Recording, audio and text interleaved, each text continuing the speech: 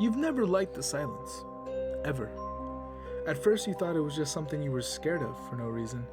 But as you grew older, you realized that there was a reason. There had always been a reason. You've always slept with your creaky ceiling fan running.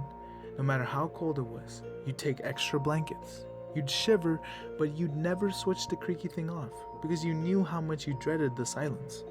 Because you knew that once it was silent, you'd hear them.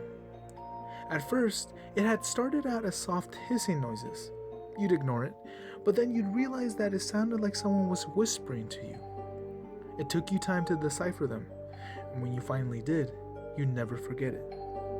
They had told you about the underworld, hell, the place where everyone went once they died.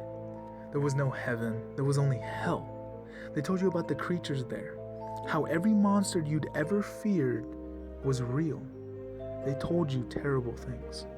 They told you how your grandfather's soul was inching closer to hell, to death. You remembered being at your grandpa's funeral the very next day, shaking, more out of fear than grief. They were real. It was real. Since then, you've never allowed the silence to envelop you while you sleep. You're scared you'll hear them. The things they spoke about still gave you nightmares. You've never slept in complete darkness either, because that's when you see them.